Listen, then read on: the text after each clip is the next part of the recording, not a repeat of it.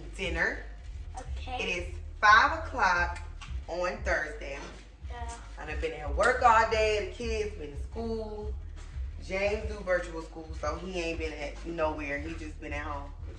Asked me, did he clean up? No. So, we about to get ready to cook.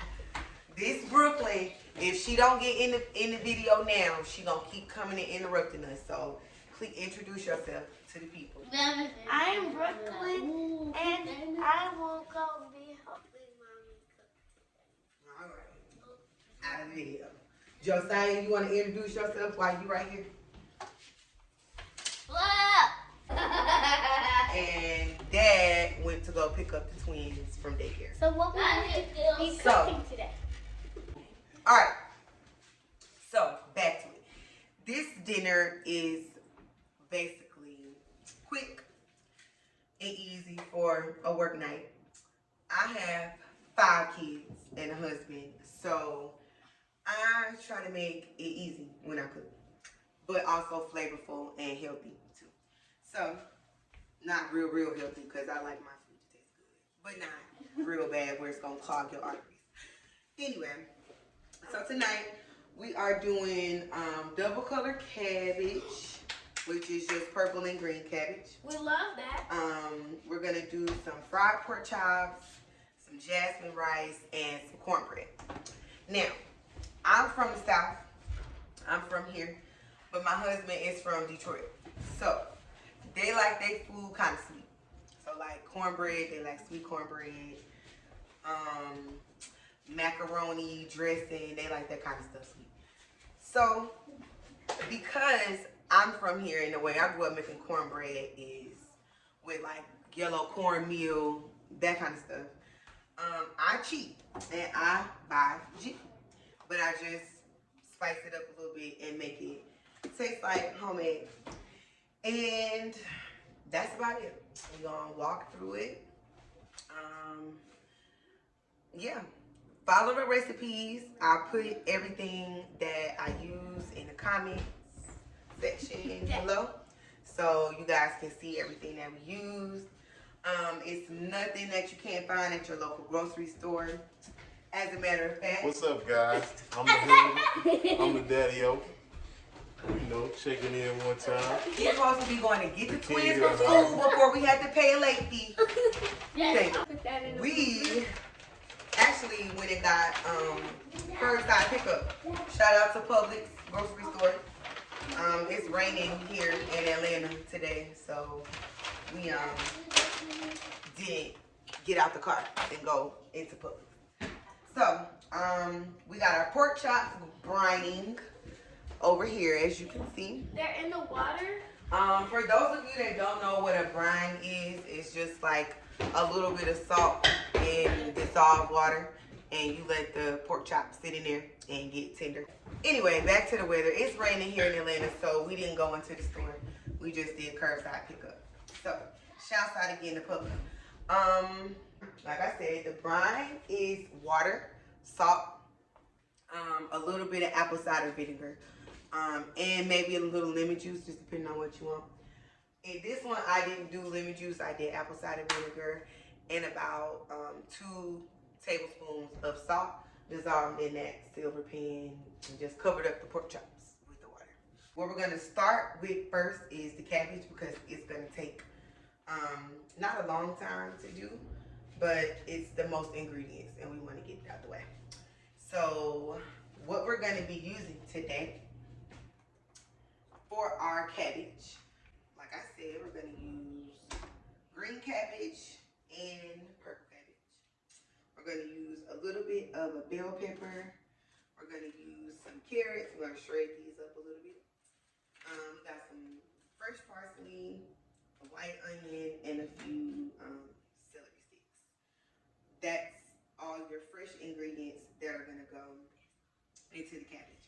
We also got a couple strips of bacon right here chopped up. That's how we're going to start our cabbage. I don't know, some of you might cook a lot, some of y'all might not.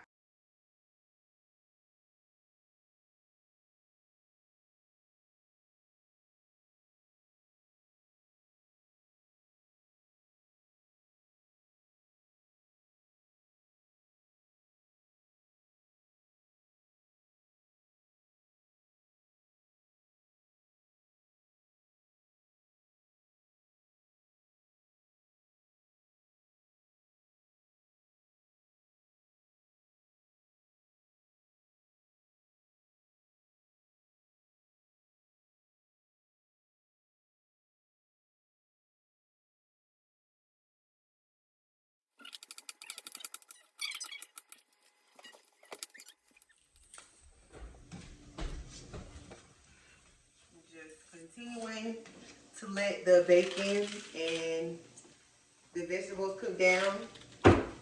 This is when you get ready to add your garlic. Anybody that cooks knows if you put garlic in the pan while it's too hot, it's gonna burn garlic. So you don't want to add your garlic while your pan is like sizzling hot or something like cabbage, because we're gonna need to cook for a bit. Want to cook for It's gonna cook for a while. a good minute. And we're just gonna let those flavors set and marry. Can I do it? And get real good. So I'm not really a measurer. So I'll tell you kind of how I eyeball it. And it's the same way every time. But if I had to measure it, I'll let you know the closest for you. As you hear, it's not like a real sizzle. We'll get to sizzling temperature now. Not like a sear, just so you know it's cooking and not sweating. Because if you're not doing that, you're just sweating the vegetables, which is not that often what you're doing, but you want to be in between a sweat and a saute.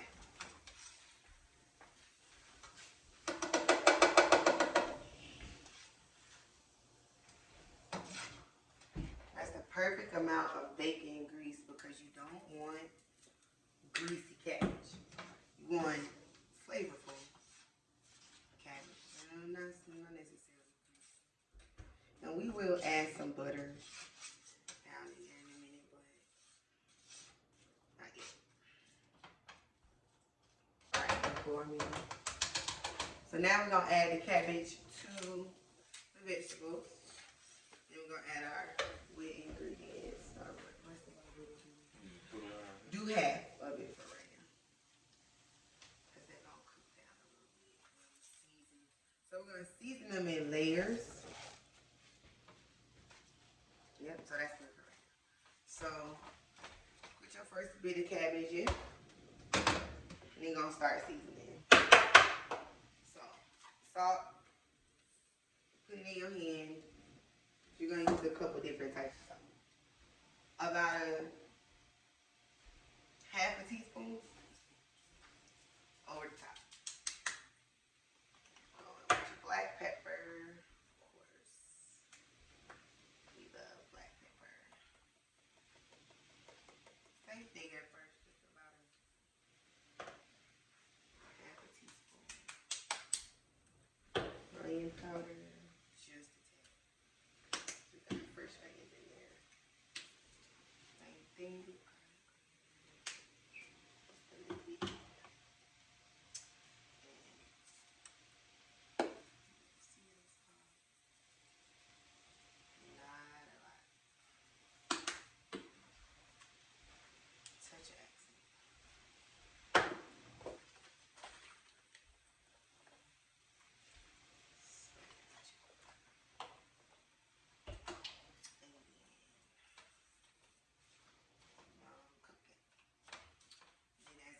Down, it will cook down quickly.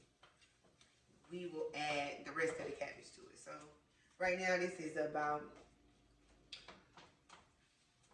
a little under half of the cabbage, but we want to get it down a little bit before we add the rest, so we can all get the vegetables and seasonings. Oh, it smells so good already. So now the whole crew is home. And you will hear them ask at least 100 times, is the food ready? And as you can see, the cabbage is cooking down a little bit.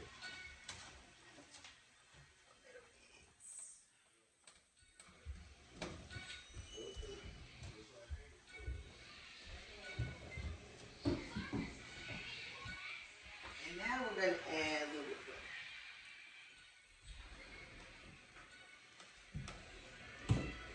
Before we add the rest of the cabbage.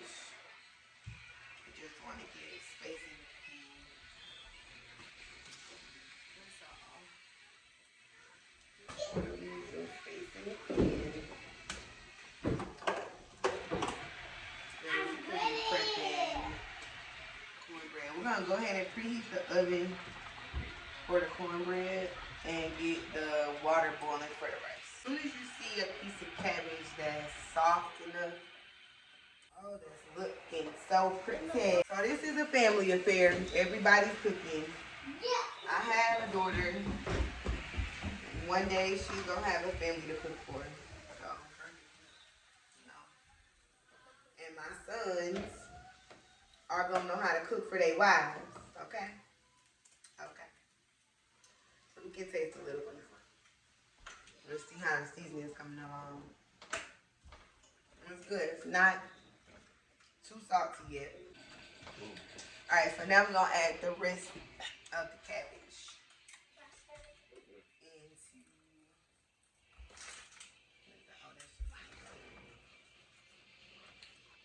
into the pots. Let it cook down to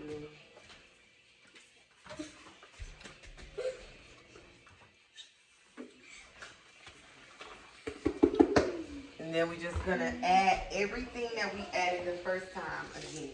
You have big pieces of cabbage, you don't take this time and just break it. So again, another one of those. Now the second time on black pepper, you don't have to go as heavy because it will make your dish spicy if you use a whole lot of black pepper. So you don't want to use a whole lot. Just enough.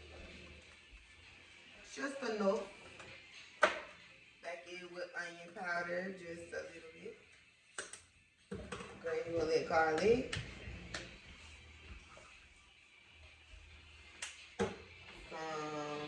Paprika. Pickles Kitchen. Little bit of seasoning salt. Accent this time, not a lot. Too much accent is a strange flavor. You're gonna add a little bit of sugar.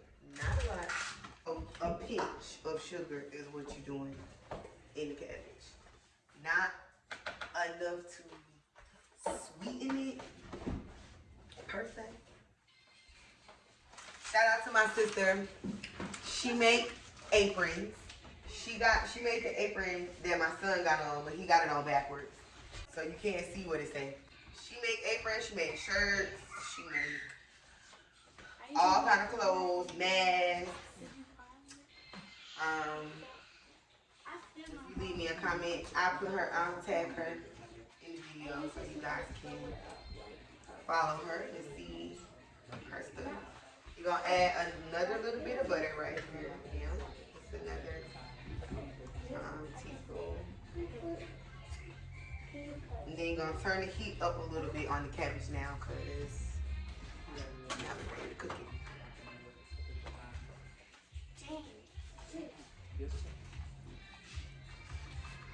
And then we're gonna cover it in a second.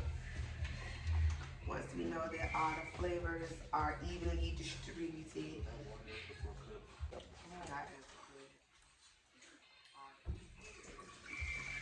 And I know some people, like, I don't eat cabbage. Make it like this, you won't like it. So when you cooking your cabbage, you can tell as you're going if it's gonna need any more liquid. Now cabbage makes its own liquid, but if you don't put enough liquid in it, the bottom of your cabbage will burn and it'll get stuck to the pot. You don't want that. Because then it's gonna make all your cabbage taste burnt. Because it's gonna make the grease and fat taste burnt. You don't want that. I use chicken broth. I'm a believer in the liquid that you use should have flavor. So I use chicken broth. You can use water. You know, ain't nothing wrong with water, but it's plain. Why not use chicken? Well, maybe they don't have it. It makes it taste so much better. If you don't have chicken broth, you can use a bouillon cube. Just drop a bouillon cube in like half a pot of water and let it cook down. And you can just put it in the refrigerator and that's chicken, you know, a substitute for chicken. It's just a flavor. So I think we have enough of everything in here that we can cover these and let them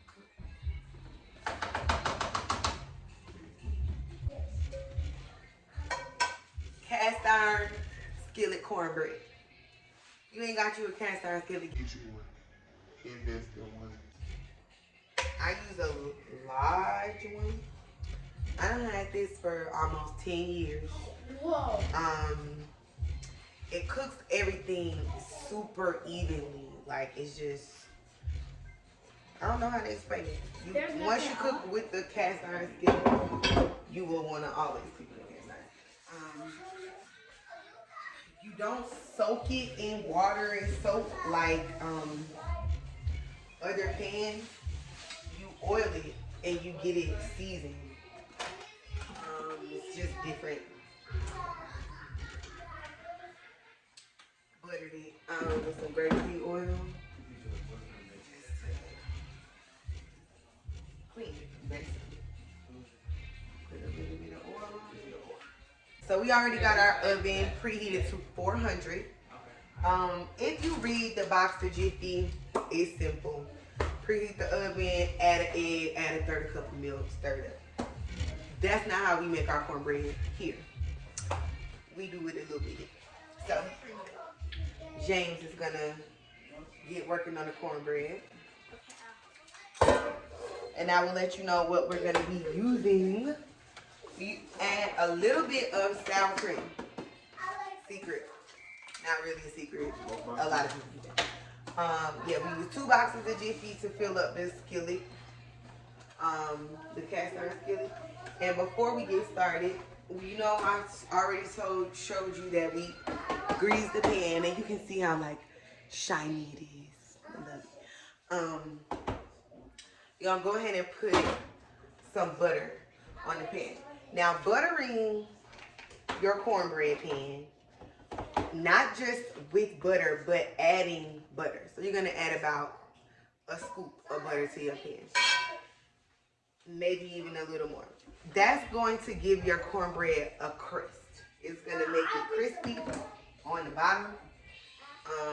And you're gonna love it. So about that much butter, you're gonna go ahead and put it in there and let it start to melt. Don't let your butter burn because you have to start all the way up. And I use Kerrygold butter when I'm baking or cooking something that I want to have a really good flavor. Butter that. So you're gonna go ahead and add milk. Now, the Jiffy recipe calls for a third cup per box. I'm gonna add. We're gonna start with 1 whole cup of milk. Now this is how we get down. A little bit of salt and a little bit of sugar. So about a 1/4 tablespoon of salt, a little bit over your shoulder for good luck. Sugar. Now somebody probably saying, "Girl, it's already sweet cornbread. Why did you add more sugar to it?" I told y'all in the beginning, my husband is from Detroit. They like sweet food, so I had to make it sweet. Period. All right, go ahead and mix it. As you can see, with that pan on 400, that butter melts fast. So you can take it out once it gets to melting. Don't want it to get too done. Also, we add a little bit of honey in the Jiffy before you get all the way done stirring it. A little bit.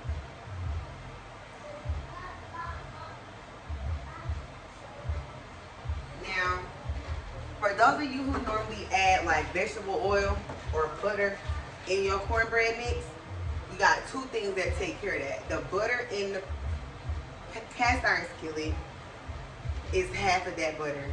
And then there's also butter in the actual sour cream, oil in the sour cream. I'll put it in. All right, so while that cornbread is cooking, I'm gonna pause and let the water for the rice go ahead and boil. and then I'll come back once the cabbage is done, the cornbread is done, and before I put the rice in the pot. Be right back. So the cabbage is cooking. Now everybody is home from work and school, and TT Julissa is here. So she's keeping the twins occupied so they're not all in the camera. So I go through and pick out the big pieces of stem cabbage like that. So I got the little crunchy like that. Next thing we're gonna do is season the batter. Alright, so we're gonna add a little bit of cooking wine. Just a little bit.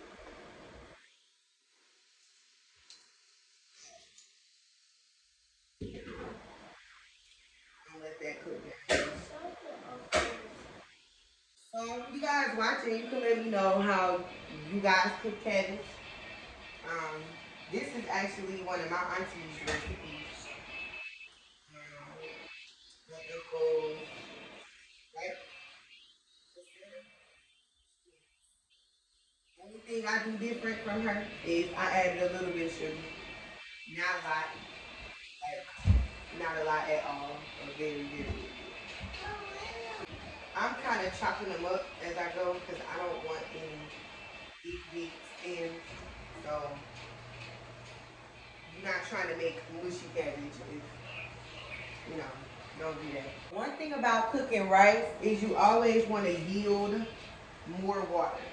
And if you don't know what yielding is when you look at a recipe, like rice is always one of those recipes that'll be like, it takes 3 cups of water. Yield 9 cups. Like, what?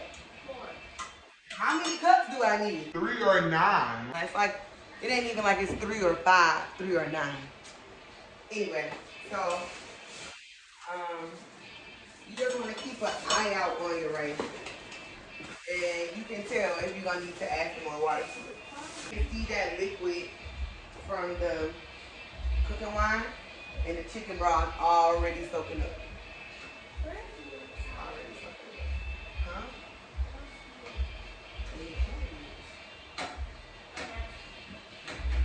And you can go ahead and cover them back up once you see that liquid is starting to absorb. Leave some steaming.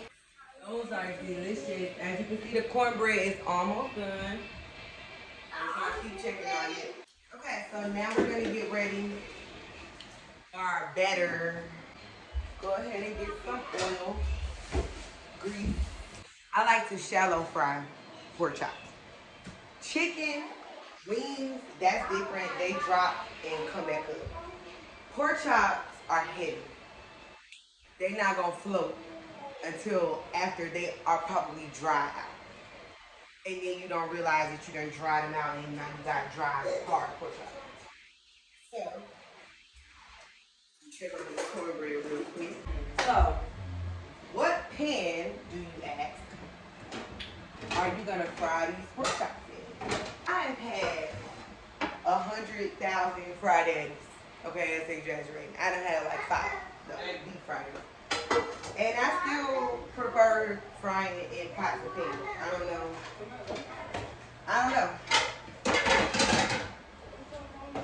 Comment about what your favorite thing is frying in. And now here's when the water yielding comes in. We already need some more water. We're gonna pour some more water in there.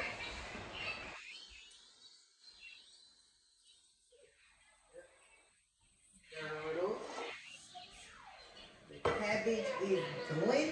And then we're gonna turn this oven down. Be careful if you put your pan up there. Turn the oven down and then gonna put the cabbage in the oven. Cooking on low.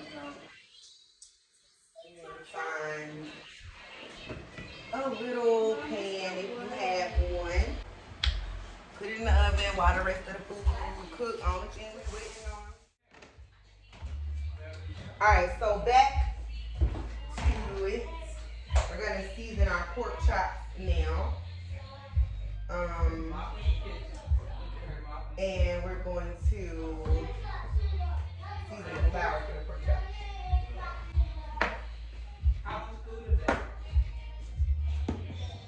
Does she go to middle school? And then you gotta put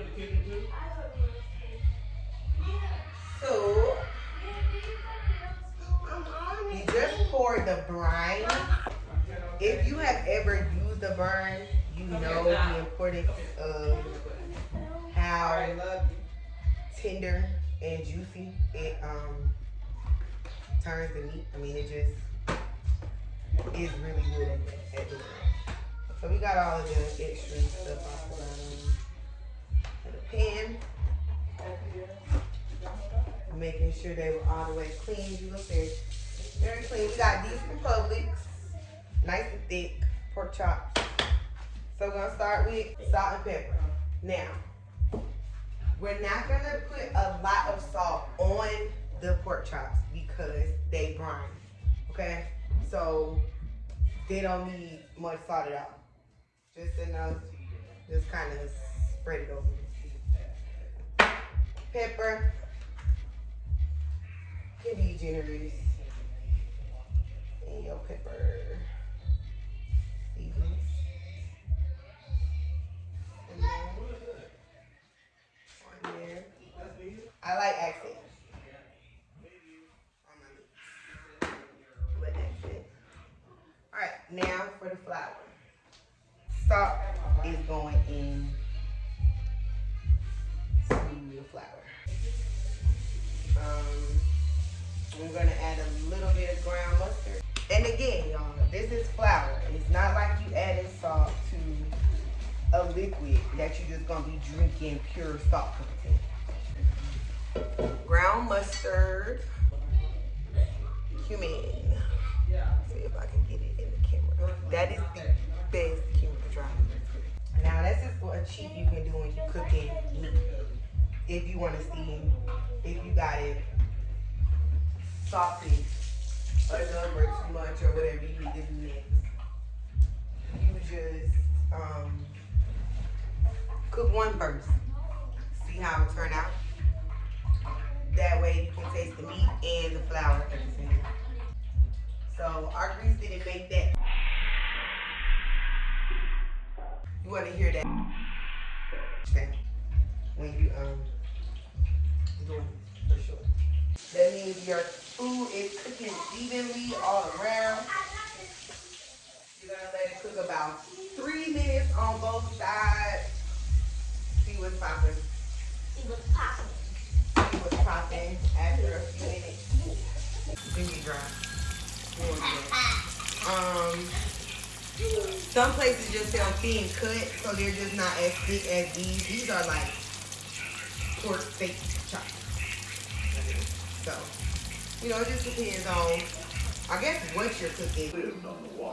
Okay, guys, so here is the finished product. You got your double color kicking cabbage. That's what we call that. Got a little spice to it. Got the cornbread. Got the rice down here. And you got that nice crispy pork chop. Like, comment, and subscribe. I hope you guys like it. I hope you enjoy it. Let me know how it turns out if you try the recipe. You know, it might be some stuff you never tried before, but I promise you, it's quick, it's easy, it's inexpensive, and like you cook it with love, everybody will love it. Check us out next time.